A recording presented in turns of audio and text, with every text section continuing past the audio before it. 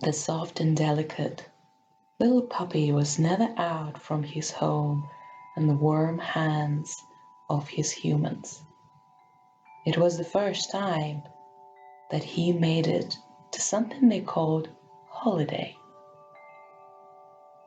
He jumped off the car and looked around.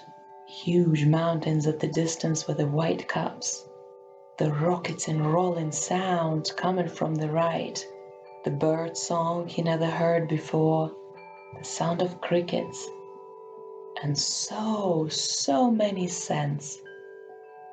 He started to sniff around, his ears moving up and down, his nose twitching, and his little legs barely keeping him still. So much aliveness he felt, as if the earth herself was speaking to him. Never in his life has he felt anything like this before. I must follow the scent, he thought, and sniffing throughout the grasses and plants and flowers and trees, he ran forward, and soon the rolling and rocketing sound was so loud that there was nothing else the puppy could hear. He ran towards it, obsessed with it. This is where he had to go. He knew it. He knew it in the way he never knew before. Somewhere in his bones and blood, something carried him forward towards the river. He stopped once he felt the cold water on his paws. And suddenly, as he looked across, he saw another creature. A wolf stood on the other side, with her grey hair moving in the wind, her eyes half closed. She stood breathing in the river. It looked as if she was in a sensuous love affair with everything around her. The wolf opened her eyes and looked at the puppy, a child, on the other side of the river. "What are you doing here?" she asked him. "I followed my scent," the puppy answered.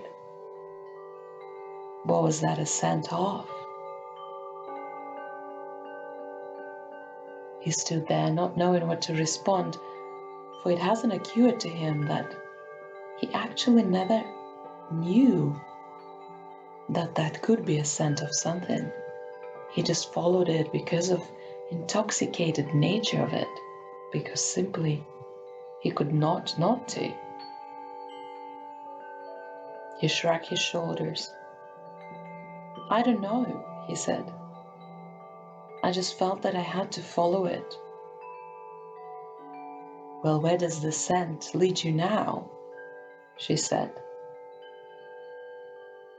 The puppy took a deep breath in, his nose twitching, dissecting.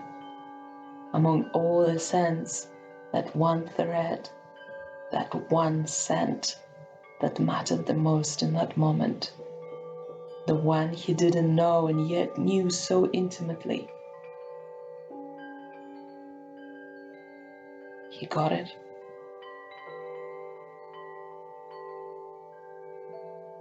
To his surprise, the scent led across the river to the wolf. She knew that. She smiled at him and turned her head, inviting him to follow her. "Come on then." He sat on the opposite shore, looking at the river. It was raging. It was bigger than the big roads that he had to cross in the car with his humans. It was the most powerful being he has ever seen in his life. And truly, until this moment, He has never been in the water, unless it was a nice warm bath. "I don't know how to swim," he said to the wolf. "Nobody does," she answered. "Be not afraid. Follow the scent," the wolf said.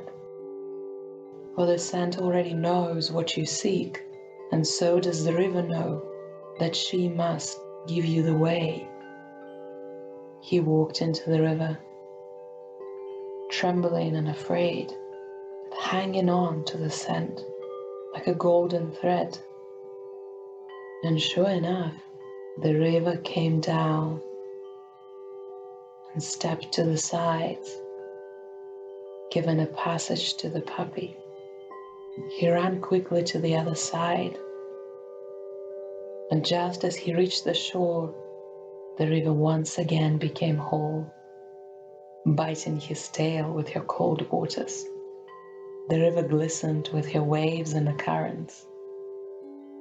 He turned his head and ran all the way to the wolf, and could not contain his joy. "Wow, did you see that? What is that scent? I've never smelled something so magnificent and alluring," he said, and looked at her, awaiting eagerly her answer. The big mystery is going to be revealed. She knew how much he wanted to know that. She touched his forehead with her wet black nose and licked his ear. "It is a scent of freedom, my dear one." She stood up and walked to the edge of the water on the other side. He followed her. It was a small pool of water there, where the currents pushed the river water in between two rocks. You could see shining pebbles at the bottom and tiny seaweed growing in between, bringing in the green color into this underwater landscape. "Look," she said, and the puppy went to the edge of the water. He came closer to it and gazed in his reflection, but to his surprise, it was the face of the wolf that was looking back. But what is my reflection?" he said, and looked around, waiting for the wolf to answer. But she was nowhere to be seen. Not to the right, not to the left, not behind him.